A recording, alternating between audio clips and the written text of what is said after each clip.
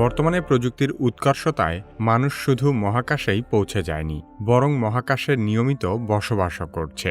পৃথিবীর বাইরে মানুষের একমাত্র বসতি হল আন্তর্জাতিক মহাকাশ স্টেশন, যা ইন্টারন্যাশনাল স্পেস স্টেশন বা আইএসএস নামে অধিক পরিচিত।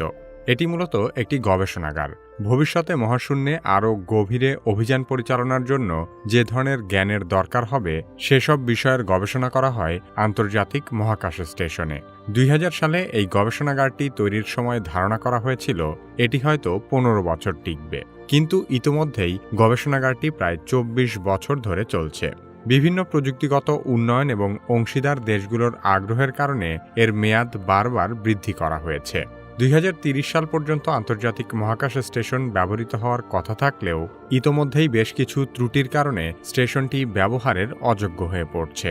আন্তর্জাতিক মহাকাশ স্টেশনের 50টি স্থানে ফাটল খুঁজে পাওয়া গেছে, যার মধ্যে 4টি বেশ বড় ধরনের।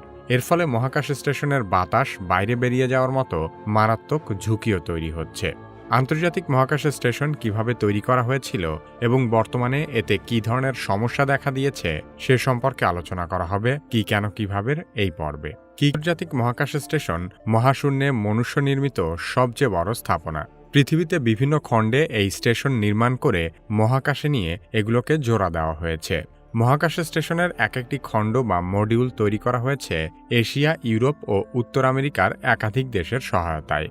মডিউলগুলোকে পৃথিবী থেকে মহাকাশের নির্মাণস্থলে পৌঁছানোর কাজে ব্যবহার করা হয়েছে 3 ধরনের রকেট।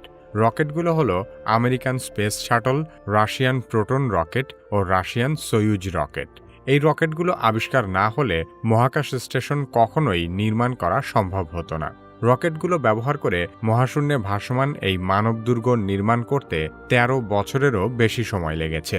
এই স্টেশন নির্মাণের শুরুটা হয়েছিল আমেরিকা ও রাশিয়ান দুটি স্টেশনকে মহাকাশে সংযুক্ত করার মাধ্যমে।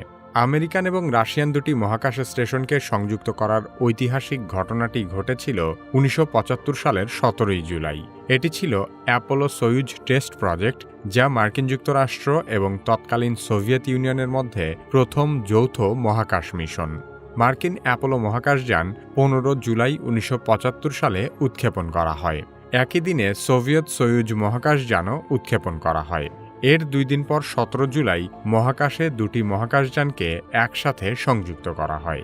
2000 সাল পর্যন্ত একের পর এক এই স্টেশন উন্নয়নের কাজ চলতে থাকে। পরবর্তীতে 2000 সালের নভেম্বর মাসের পর থেকে মহাকাশচারীরা নিয়মিতভাবে এখানে বসবাস করতে শুরু করে। এরপর থেকে এখনো পর্যন্ত মহাকাশ স্টেশন কখনো জনশূন্য হয়নি। বর্তমানে মহাকাশ স্টেশনটির দৈর্ঘ্য একটি ফুটবল মাঠের চেয়েও বড় এবং এর ভেতরের পরিসর 6 বেডরুমের সমান একটি বাসার সমান। আন্তর্জাতিক মহাকাশ স্টেশন প্রতি ঘন্টায় 28,000 কিলোমিটার দূরত্ব অতিক্রম করে। এই গতিতে পৃথিবীকে একবার প্রদক্ষিণ করতে আইএসএস-এর সময় লাগে মাত্র 92 মিনিট। মহাকাশ স্টেশন তুলনামূলক পৃথিবীর খুব কাছ দিয়ে প্রদক্ষিণ করে। ঘুরতে ঘুরতে একসময় আইএসএস পৃথিবীর আরও কাছাকাছি চলে আসে। যদি কোনো ব্যবস্থা না নেওয়া হয় তাহলে এটি প্রচণ্ড গতিতে পৃথিবীর বায়ুমণ্ডলে প্রবেশ করবে, আর সাথে সাথে এর বাইরের আবরণে সৃষ্টি হবে ভয়াবহ অগ্নিকাণ্ড। এ ধরনের মারাত্মক দুর্ঘটনা রোধ করতে নির্দিষ্ট সময় পর পর বিশেষ প্রযুক্তির সাহায্যে স্টেশনকে ঠেলে উপরের দিকে পাঠানো হয়, যাতে করে স্টেশন তার নিজস্ব কক্ষপথে প্রদক্ষিণ করতে পারে। সার্বক্ষণিকভাবে 6 জন নভোচারী মহাকাশ স্টেশনে অবস্থান করে। তাদের প্রধান উদ্দেশ্য হল এমন সব বিজ্ঞানভিত্তিক গবেষণা করা যা শুধুমাত্র মহাশূন্যেই করা সম্ভব। আন্তর্জাতিক মহাকাশ স্টেশনে সাধারণত একজন নভোচারী প্রায় 6 মাস অবস্থান করেন, কিন্তু কোনো কোনো ক্ষেত্রে আইএসএস-এর কর্মীকে প্রায় বছরখানেকও এখানে থাকতে হতে পারে। দীর্ঘ সময় পৃথিবী থেকে বিচ্ছিন্ন থাকার কারণে মানব শরীরে কী ধরনের পরিবর্তন আসতে পারে তাদের উপর সেসব পরীক্ষা করা হয়। বর্তমানে 15টি দেশ আন্তর্জাতিক মহাকাশ স্টেশন থেকে তাদের গবেষণা ও কার্যক্রম পরিচালনা করে। এখানে কাজ করা দেশগুলো হল মার্কিন যুক্তরাষ্ট্র, কানাডা, রাশিয়া, জাপান এবং ইউরোপিয়ান স্পেস এজেন্সির অধীনে থাকা 11টি দেশ। বহু দেশের দক্ষ গবেষকদের অংশগ্রহণের কারণে প্রকৃতপক্ষেই এটি একটি আন্তর্জাতিক বিজ্ঞান গবেষণাগারে পরিণত হয়েছে। 3 দশকেরও বেশি সময়ে প্রায় 350 জনেরও বেশি নভোচারী এই মহাকাশ স্টেশনে কাজ করেছেন। অতীতে মহাকাশ স্টেশন থেকে ফিরে আসার সময় 2টি দুর্ঘটনায় 14 জন নভোচারী মৃত্যুবরণ করেছেন। আন্তর্জাতিক মহাকাশ স্টেশনে কোনো ত্রুটি দেখা দিলে মহাকাশচারীরা দ্রুত তা মেরামত করার চেষ্টা করেন।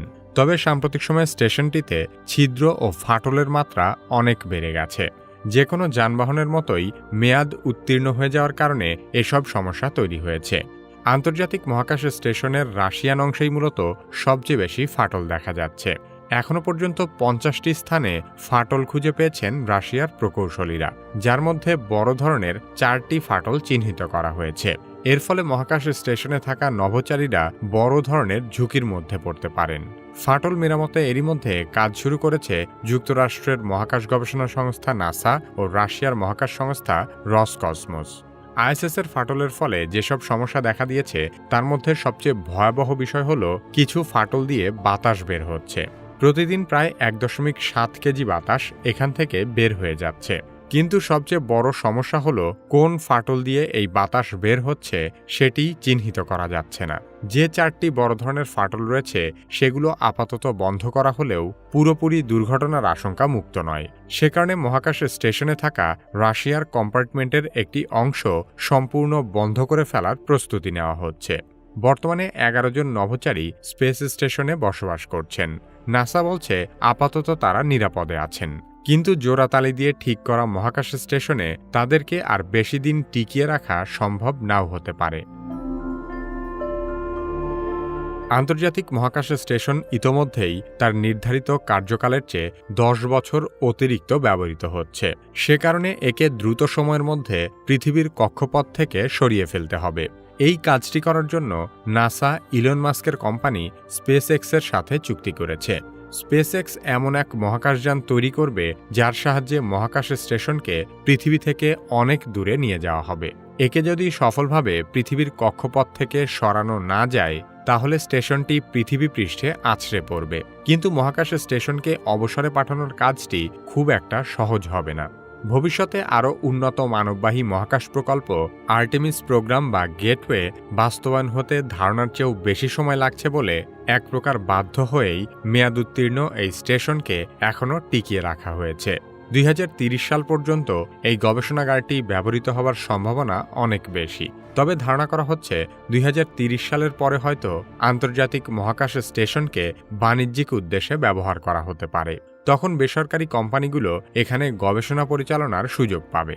এছাড়া মহাকাশ পর্যটনে ধনী ব্যক্তিরা মহাকাশে ঘুরতে গেলে আইএসএসকে তাদের হোটেল হিসেবে ব্যবহার করা হতে পারে, যার মাধ্যমে টাকা খরচ করে যে কেউ মহাকাশে কয়েকদিনের ছুটি কাটিয়ে আসতে পারবে। আন্তর্জাতিক মহাকাশ স্টেশনের অবসানের পর রাশিয়া তাদের নিজস্ব মহাকাশ স্টেশন তৈরি করবে এবং যুক্তরাষ্ট্র তাদের আর্টেমিস মিশনের মাধ্যমে সরাসরি চাঁদের বুকে মানব বসতি গড়ে তোলার পরিকল্পনা করছে এবং চাঁদের কক্ষপথেই তারা একটি নতুন মহাকাশ স্টেশন তৈরি করবে।